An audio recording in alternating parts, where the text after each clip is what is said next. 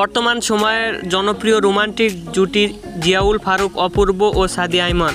দিন দিন বাংলা নাটকের জনপ্রিয়তা বেড়েই চলেছে। সেই ধারাবাহিকতায় আবারও নতুন নাটক নিয়ে হাজির হয়েছেন জনপ্রিয় এই জুটি। নাটকটির নাম মেঘ বৃষ্টি রোদ্দুর। এই নাটকটিতে অভিনয় করেছেন বর্তমান সময়ের আলোচিত অভিনেতা জিয়াউল ফারুক অপূর্ব ও আলোচিত অভিনেত্রী সাদিয়া ইমন। এই নাটকটি রচনা ও পরিচালনা করেন মাশরিকুল আলম।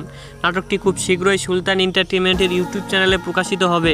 আপনারা দেখতে চাইলে অবশ্যই সুলতান এন্টারটেইনমেন্টের ইউটিউব চ্যানেলে চোখ রাখুন এবং নিয়মিত নতুন নতুন নাটকের আপডেট পেতে হলে অবশ্যই চ্যানেলটিকে সাবস্ক্রাইব করে রাখুন। পরবর্তী ভিডিওর জন্য অপেক্ষা করুন।